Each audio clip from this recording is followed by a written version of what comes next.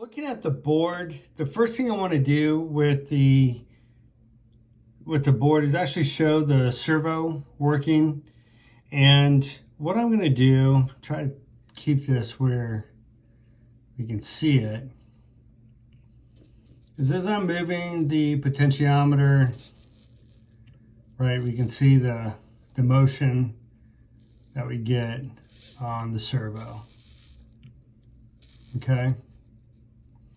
So I guess according to the project's booklet, that shows our mood. But all of that aside, let's take a step through this board really quick. And first thing we can see, we obviously have our 5-volt coming in. And the first thing we're going to do is we're going to hit the initial component of the circuit. So when we're looking at the potentiometer here, we're actually coming into a capacitor and coming into the input of our potentiometer. And this other leg over here to the kind of the upper side is going to our ground. But using this capacitor, as we turn the potentiometer initially, it's going to have a spike in power that it requires. And so with our capacitor here having a little bit of storage of electrical power already stored in it, it can pull that data, or it can pull that power directly from the capacitor, as well as obviously the input, but it gives us a smoother rotation on the servo here. And the output of the potentiometer that is going to be read into our analog is actually coming out here on this purple line. And you see that this purple line is going into our analog A0.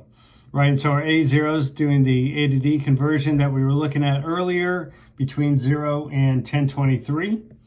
And it is taking that, it's doing the mapping, and it's putting that taking that value of between 0 and 1023 from the analog, converting that to between 0 and 255, and then further condensing that down using the map function between 0 and 179, which we then output on pin 9. We output to our servo motor. I'm going to move these wires around as much as I can to kind of show what's going on there. Obviously here we have the power coming into the servo, as well as the ground going out from the servo. And here too, you'll notice the capacitor that we're using. And just as we did with the potentiometer, there's a power surge when it first powers up to start rotating. And in order to keep it a little smoother is while we're using the capacitor. Now, the only thing to really notice on this particular circuit is the wires that actually are hooked up to the servo that came with the kit for the Arduino. The endpoints don't necessarily plug directly into a board. So you can see here, right, that doesn't plug into a board. So I've just pulled out some of the long wires and plugged them in and pretty much put black to black, white to white, and then I had to put gray to the red. So that's really the only color difference. But I had to plug this in simply because obviously this does not plug in directly to the breadboard. And so then here still, we've managed to keep the power input into the, let's see if I can move this for you for a second. Right, it's still coming in this case, the gray line that goes into the red. So we have the power coming in that would go into the red line, the ground coming out on the black, and then the data information coming in from the board onto the white wire to actually start moving the servo. And again, we have the capacitor. Let me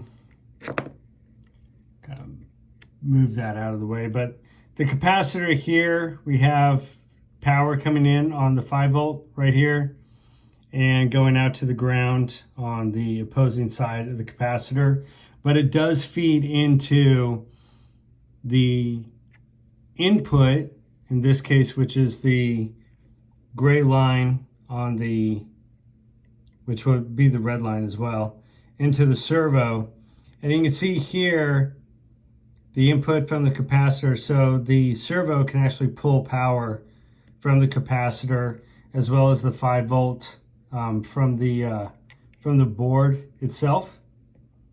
And so that way we can just get a smoother interaction with the servo. And again, right, that just, it's pretty smooth as we turn. The servo turns pretty well.